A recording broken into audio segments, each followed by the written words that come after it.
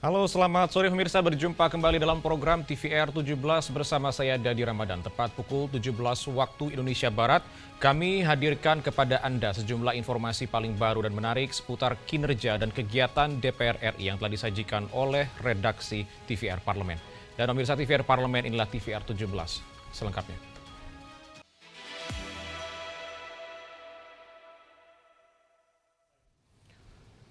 Tim pengawas haji DPR RI berupaya melakukan evaluasi menyeluruh pelaksanaan kegiatan di Tanah Suci untuk mengidentifikasi masalah dan mencari solusi perbaikan agar mampu meningkatkan kualitas penyelenggaraan ibadah haji tahun 2026 mendatang. Pasca pelaksanaan ibadah haji tahun 2025, tim pengawas atau tim was haji DPR RI berupaya melakukan evaluasi seluruh rangkaian pelaksanaan kegiatan di Tanah Suci dengan mengidentifikasi masalah dan mencari solusi perbaikan agar mampu meningkatkan kualitas penyelenggaraan ibadah haji tahun 2026 mendatang.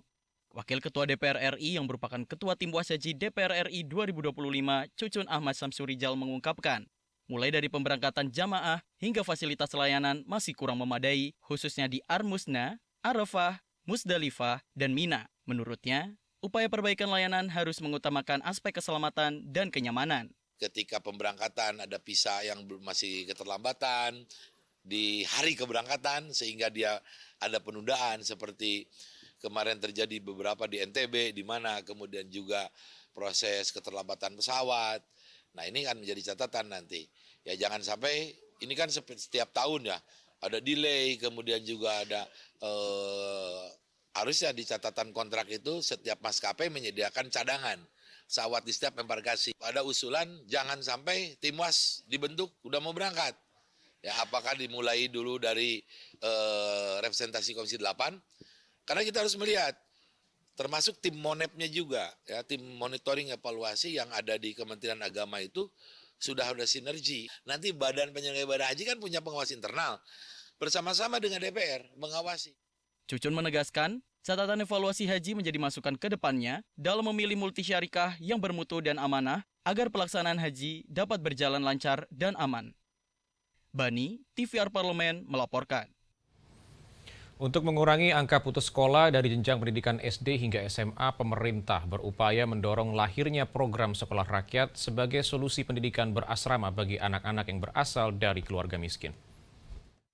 Di tengah meningkatnya angka putus sekolah dan masih tingginya deviasi partisipasi siswa dari jenjang pendidikan SD hingga SMA, pemerintah berupaya mendorong lahirnya program sekolah rakyat sebagai solusi pendidikan berasrama bagi anak-anak yang berasal dari keluarga miskin. Anggota Komisi 8 DPR RI, Haini Relawati Rini Widyastuti menekankan pentingnya penyelesaian status tenaga pendidik dan peran strategis Kementerian Sosial dalam pengelolaan program agar mampu berjalan maksimal serta menjadi sarana transformasi sosial yang berkelanjutan. Haini menegaskan, kepastian status para kepala sekolah dan guru yang akan mengabdi di sekolah rakyat harus dijelaskan. Sejumlah calon kepala sekolah yang merupakan ASN di tingkat kabupaten belum mengantongi surat keputusan resmi terkait alih status kepegawaian. Sejak awal saya sudah sampaikan kepada Kementerian Sosial bahwa kalau kita ingin berharap sekolah rakyat ini sebagaimana amanah dan cita-cita dari Presiden Prabowo Subianto ini, maka yang pertama harus selesai adalah tenaga kependidikan. Yang kedua adalah tentang kurikulum. Oleh karena itu sampai hari ini sudah pada saat kami mengadakan kunjungan sudah ada pendaftaran. Yang kedua, baru saja saya juga mengetahui bahwa hanya kepala sekolah yang dari ASN. Memang Kemensos sudah menyampaikan bahwa kepala sekolah ini asalnya adalah dari ASN. Ternyata tenaga pendidik dan kependidikannya itu dari P3K.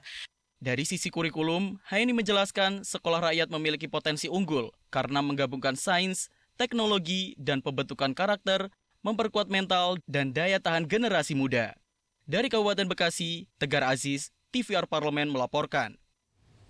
Selanjutnya, pemirsa, anggota Komisi 6 DPR RI Rieke Diah Pitaloka mendorong pemerintah tegas melakukan moratorium izin pabrik semen baru agar mampu menyelamatkan keberadaan Semen Indonesia Group.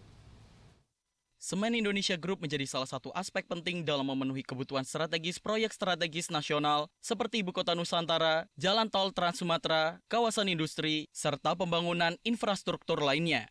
Namun, dalam perjalanannya, SIG menemui sejumlah masalah kerugian akibat over capacity dari produksi yang dihasilkan. Anggota Komisi 6 DPR RI Rieke Diah Pitaloka mendorong pemerintah tegas melakukan moratorium izin pabrik semen baru agar mampu menyelamatkan keberadaan Semen Indonesia Group. Hal ini sebagai upaya untuk menjadikan SIG sebagai semen utama yang digunakan masyarakat.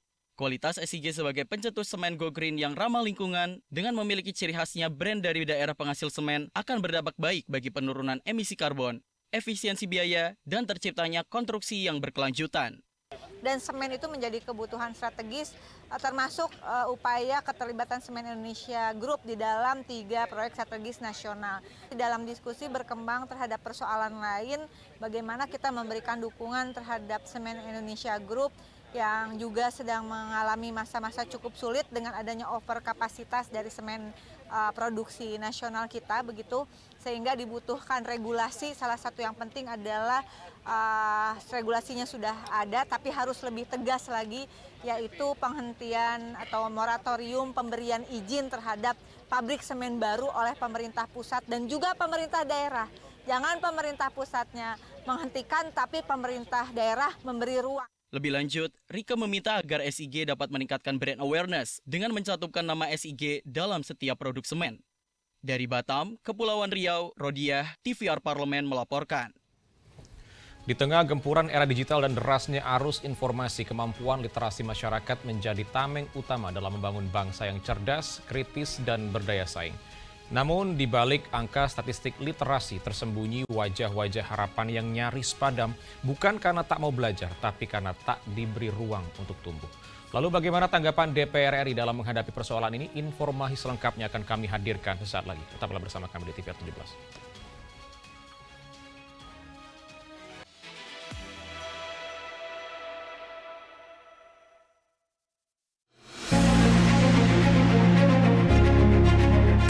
Sasarannya dari Bapak Presiden kita, 1 kabupaten kota harus ada 1 sekolah rakyat. Itu targetnya Pak ya? Targetnya. Berarti akan ada ribuan titik sekolah rakyat ke depannya Pak ya? Jangan sekolah rakyat yang diperuntukkan untuk masyarakat miskin dan miskin tiba-tiba disalahgunakan oleh orang-orang yang berkemampuan, yang notabene mereka juga sanggup menyekolahkan anaknya di sekolah-sekolah yang biasa. Nah, bagaimana memastikan bahwa program ini bisa terus berlanjut? Tentunya kami DPR RI terus mendorong supaya pemerintah ini menganggarkan terus. Jangan berhenti di tengah jalan. Dengan dibangunnya sekolah rakyat ini akan menciptakan anak-anak yang berprestasi. Mungkin nanti lahirnya di daerah 3T. Itu salah satu mimpi Bapak Presiden kita. Itu sangat luar biasa. Kalau cerita itu mau nangis saya, karena itu memang keinginan seorang pemimpin untuk mensejahterakan.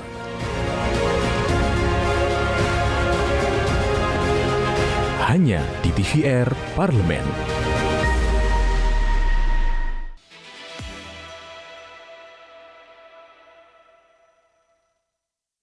Kembali di TVR 17, pemirsa, DPR RI menyadari bahwa literasi bukan sekedar tentang buku dan huruf, namun tentang masa depan, tentang bangsa yang tak ingin hanya menjadi penonton di panggung dunia. Negara tak boleh tinggal diam saat rakyatnya haus ilmu. Dan disinilah DPR RI terus berdiri di garis depan, memastikan setiap anak Indonesia berhak mendapatkan cahaya dari lembar demi lembar pengetahuan.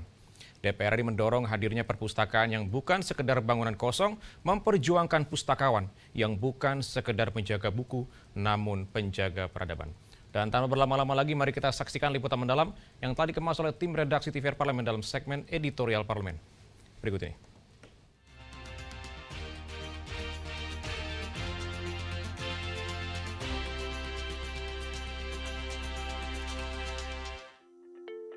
Perpustakaan Nasional mencatat tingkat indeks pembangunan literasi masyarakat Indonesia pada tahun 2024 73,52. Sementara tingkat kegemaran membaca nasional mencapai 72,44 atau kategori sedang. Namun, menurut data UNESCO, minat baca masyarakat Indonesia sangat memprihatinkan. Hanya 0,001%.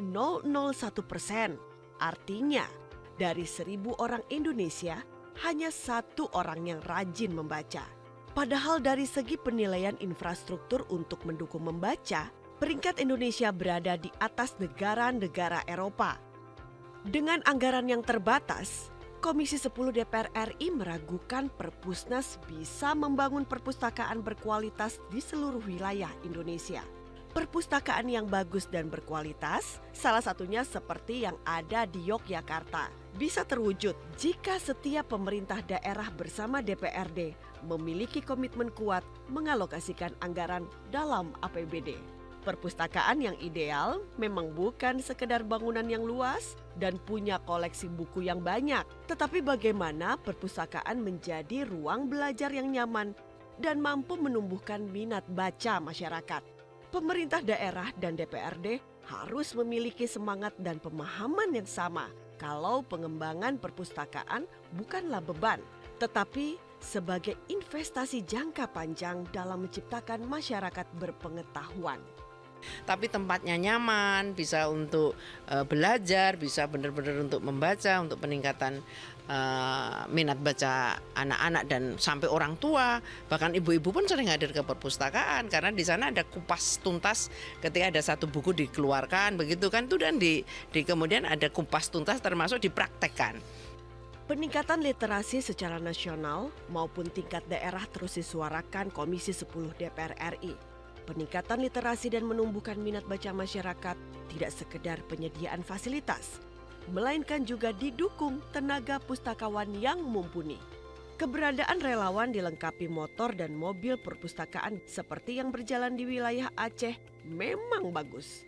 Namun, tanpa pustakawan dalam jumlah yang cukup dan memiliki keahlian, layanan literasi tidak akan optimal. Pustakawan tidak hanya mengurus koleksi buku di perpustakaan, melainkan juga harus memiliki kemampuan untuk menarik minat baca masyarakat. Pemerintah perlu menganggarkan pelatihan dan sertifikasi bagi pustakawan di seluruh daerah, sehingga program literasi bisa berjalan lebih efektif dan berkualitas. Relawan literasi statusnya relawan.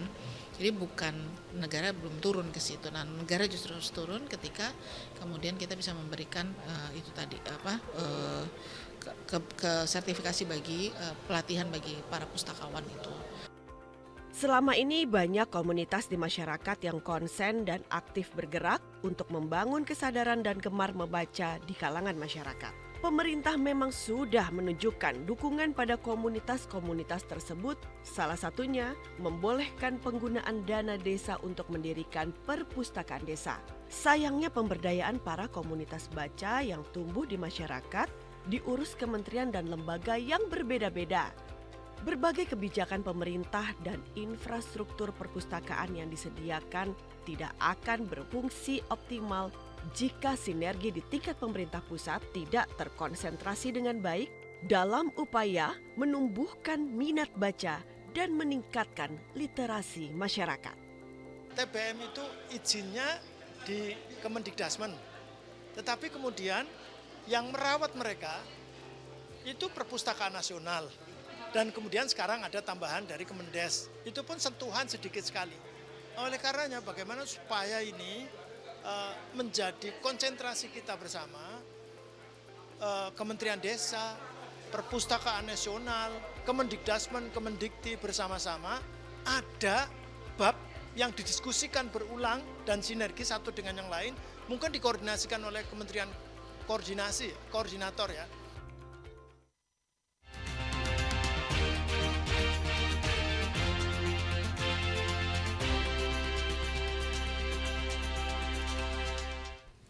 Fenomena filter bubble di media sosial menjadi salah satu perhatian dalam pembahasan revisi Undang-Undang Penyiaran. Dalam situasi di mana pengguna internet hanya disuguhi informasi yang sesuai dengan preferensi pribadi mereka, kekhawatiran akan polarisasi opini dan penyebaran disinformasi pun meningkat. Informasi lengkapnya akan kami hadirkan saat lagi, tetaplah bersama kami.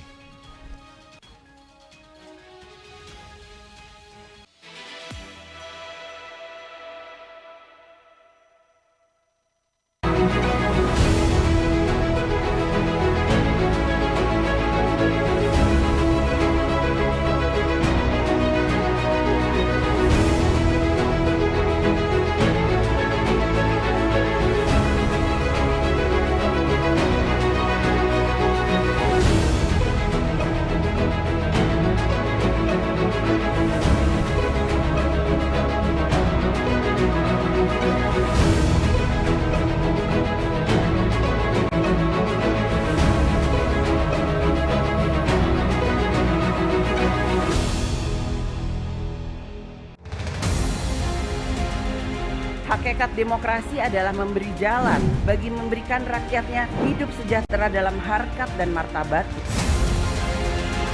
Yang terpenting untuk menjadikan Indonesia luar biasa. Perempuan dan laki-laki mempunyai hak yang sama untuk maju. Selamat ulang tahun Dirgahayu Republik Indonesia Merdeka!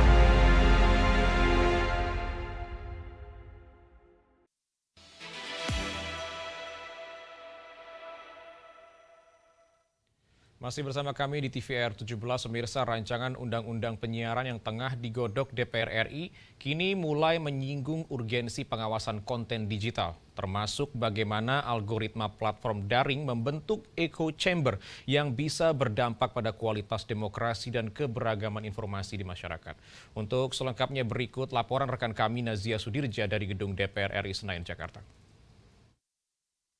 Baik pemirsa TVR Parlemen dimanapun Anda berada, seperti diketahui bahwa Komisi 1 DPR RI tengah membahas revisi Undang-Undang Nomor 32 Tahun 2002 tentang penyiaran sebagai respon atas perubahan landscape media di era digital. Salah satu isu krusial yang memuka adalah fenomena filter bubble, yakni kondisi di mana algoritma platform digital menyajikan informasi yang terbatas sesuai preferensi pengguna dan mengurangi keberagaman perspektif. Kemudian pemirsa, berdasarkan laporan Digital 2024 dari We Are Social, sekitar 212,9 juta penduduk Indonesia atau 76,2% dari total populasi telah menggunakan internet dengan mayoritas mengakses informasi melalui media sosial seperti YouTube, Instagram, WhatsApp, dan juga TikTok.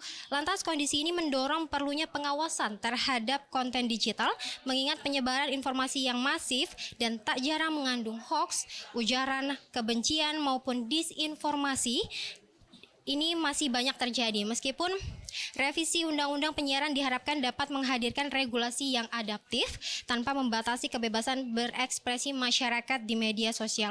Lantas seperti apa arah dan juga prioritas dari rancangan undang-undang ataupun revisi Undang-Undang Penyiaran ini? Pemirsa, saat ini telah hadir bersama kami Bapak Rizky Aulia Rahmanatakusuma dari fraksi Partai Demokrat, anggota Komisi 1 DPR RI.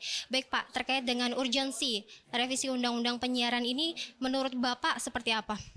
Ya, ini revisi Undang-Undang Penyiaran kan memang di Komisi 1 bukan hal yang baru. Sebenarnya sudah 1 atau 2 periode sebelumnya sudah masuk dalam prolegnas kami. Jadi kami harapkan tentu pertama revisi Undang-Undang Penyiaran di periode ini bisa benar-benar diselesaikan. Kedua, kita juga berkaca dari realita yang ada, bahwa norma, nilai-nilai, budaya, kebiasaan dari masyarakat kita sekarang sudah berbeda. Gitu. Masyarakat baik yang ada di perkotaan ataupun di pedesaan sudah aktif sekali dengan kehidupan berdigitalisasi. Semua konten, semua berita, semua informasi yang mereka dapatkan, mayoritasnya pasti datang sumbernya dari gadget mereka, dari digital platform yang mereka lihat. Gitu loh. Jadi kita juga berpandangan bahwa revisi Undang-Undang Penyiaran kali ini tentu akan meaningful, akan lebih berarti, akan lebih bisa membuahkan peraturan regulasi perundang-undangan yang bermanfaat jika menyentuh hal-hal tersebut. Tentu kita melakukan itu in moderation, dengan asas keadilan, nggak bisa menyamaratakan. Jadi tadi banyak sekali pandangan dari para pakar, profesor yang datang ke Komisi 1 kemarin juga.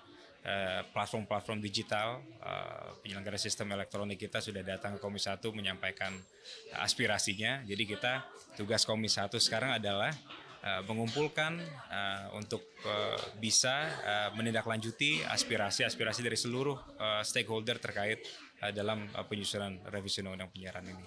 Terkait isu krusial yang saat ini marak diperbincangkan, yakni isu filter bubble. Nah, dari Komisi 1 DPR RI sendiri mengantisipasi fenomena tersebut, terutama di kalangan generasi muda kita, seperti apa Pak? Ya, jadi filter bubble ini kan sebenarnya fenomena yang keluar dari maraknya penggunaan sosial media. Kalau dulu informasi yang didapatkan ya hanya dari televisi dan koran. Jadi suka atau tidak suka ya masyarakat itulah yang mereka dapatkan. Kalau sekarang sudah memakai algoritma, sekarang sistemnya sudah luar biasa canggih. Tentu filter bubble dalam pengertian yang positif, kalau ada konten-konten positif masyarakat semakin diberikan konten-konten terkait, selama itu positif ya kenapa tidak gitu.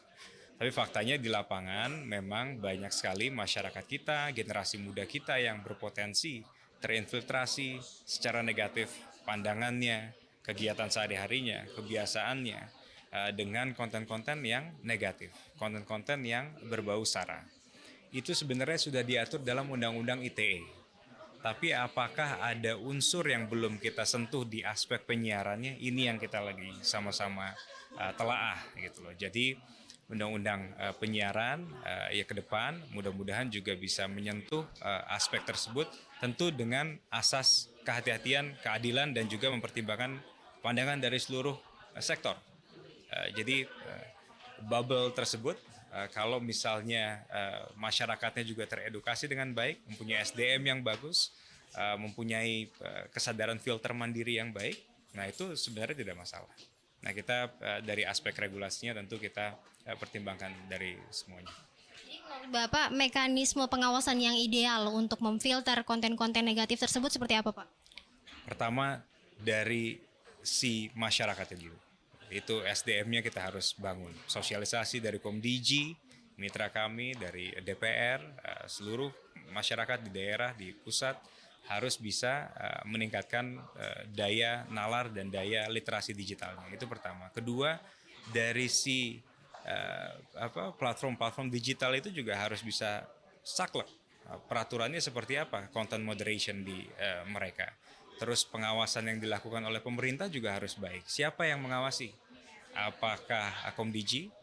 Apakah KPI ke depan akan diberikan kewenangan oleh DPR dan juga pemerintah?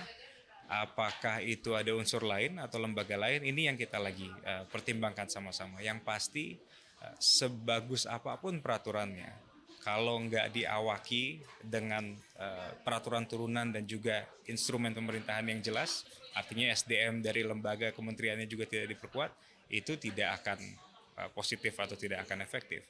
Di sisi lain, sebagus apapun peraturannya, kalau dari masyarakatnya sendiri belum memiliki kesadaran, itu pendidikan di rumah maupun di sekolah tidak menyentuh ke arah situ, itu juga akan berat. Terima kasih Bapak atas waktunya ya. Terima kasih ya. Baik pemirsa, itu tadi wawancara saya dengan anggota Komisi 1 DPR RI Bapak Rizky Aulia Rahman Natakusuma dari fraksi Partai Demokrat terkait dengan pembahasan revisi Undang-Undang Penyiaran yang saat ini tengah digodok ataupun dibahas di Komisi 1. Dan juga tadi disampaikan oleh Bapak Rizky Aulia Natakusuma bahwa ini merupakan peran bagi kita semua untuk mengawasi dan juga mengatasi dari isu filter bubble yang tadi disampaikan. Dan pemirsa, demikian yang dapat kami sampaikan. Sekian dari saya, Nazia Sudirja, kembali ke rekan kami di studio. Selanjutnya pemirsa, apa saja yang menjadi sorotan di media online nasional pada hari ini? Sesaat lagi tetaplah bersama kami di TVR 17.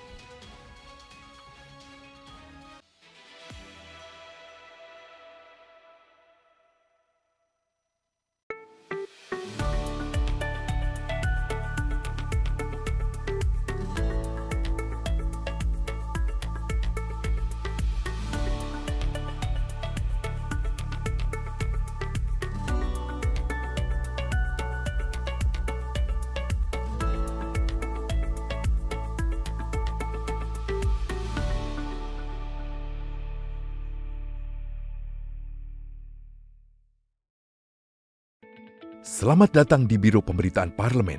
Anda memasuki kawasan zona integritas menuju wilayah bebas dari korupsi atau WBK dan wilayah birokrasi bersih dan melayani atau WBBM. Biro Pemberitaan Parlemen berkomitmen penuh untuk mewujudkan wilayah bebas korupsi dan wilayah birokrasi bersih dan melayani. Komitmen kami, pejabat dan jajaran memiliki komitmen tinggi untuk mewujudkan WBK dan WBBM melalui reformasi birokrasi, khususnya dalam hal pencegahan korupsi dan peningkatan kualitas pelayanan publik. Kedua, bebas dari korupsi dengan terwujudnya wilayah bebas korupsi atau WBK, yang artinya bebas dari KKN, gratifikasi dan dari segala bentuk pungutan liar atau pungli. Terakhir, pelayanan prima dengan terwujudnya wilayah birokrasi bersih melayani, yaitu dengan meningkatnya kualitas pelayanan publik dan tercapainya kepuasan masyarakat terhadap pelayanan.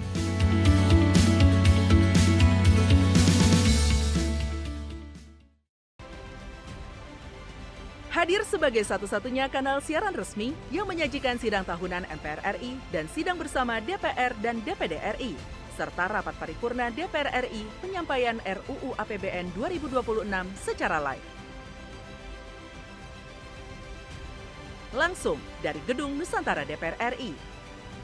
Ikuti siaran langsungnya hanya di TVR Parlemen Referensi Indonesia.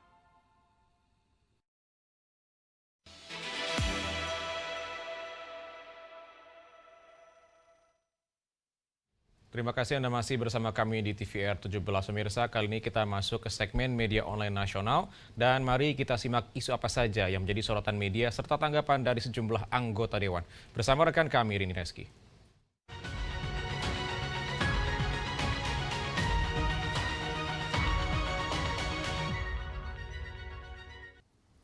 Baik, terima kasih rekan Dadi dan pemirsa. Selamat sore. Kita masuk ke segmen media online pemirsa. Berita pertama yang menjadi headline di media online pada hari ini yaitu mengenai berdampak kenaikan harga. Pemerintah jangan gegabah untuk menarik beras dari pasar. Kita lihat pemirsa di sini.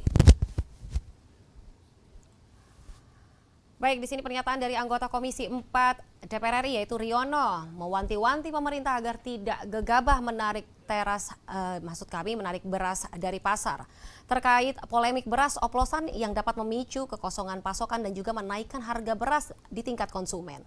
Tentunya urusan pangan merupakan persoalan yang sangat sensitif dan jika tidak ditangani dengan tepat dapat berdampak besar terhadap stabilitas ekonomi masyarakat. Di samping itu juga pemirsa, penanaman beras oplosan juga dinilai berkonotasi negatif karena dalam pengelolaan mutu memang ada berbagai perlakuan terhadap beras yang harus dilakukan untuk mendapatkan kualitas, rasa, warna, dan juga kandungan air, serta presentase petahan yang ditentukan agar sesuai keinginan konsumen.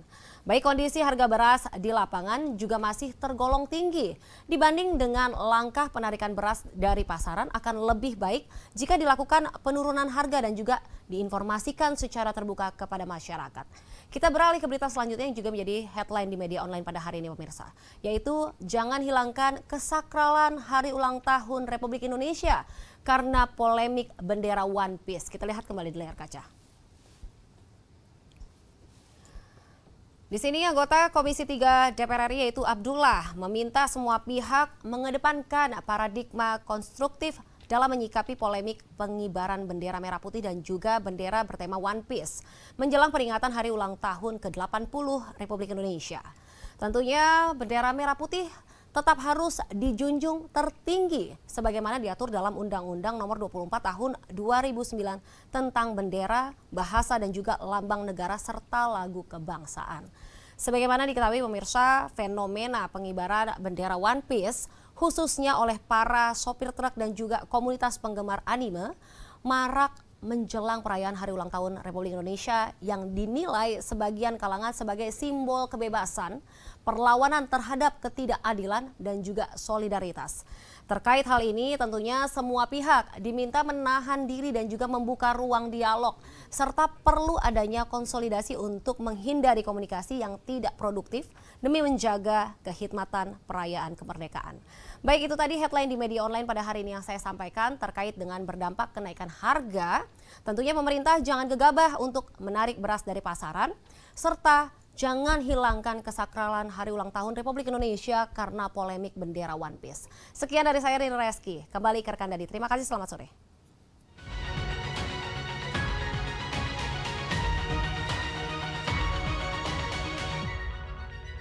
Terima kasih rekan Rini yang telah menyampaikan sejumlah update sorotan dari media online nasional pada sore hari ini. Dan segmen media online tadi sekaligus menutup program TVR 17 edisi sore hari ini. Saya Dadi Ramadan beserta seluruh kru TVR Parlemen yang bertugas mengucapkan terima kasih dan pamit undur diri dari hadapan Anda. TVR Parlemen, Referensi Indonesia. Selamat sore.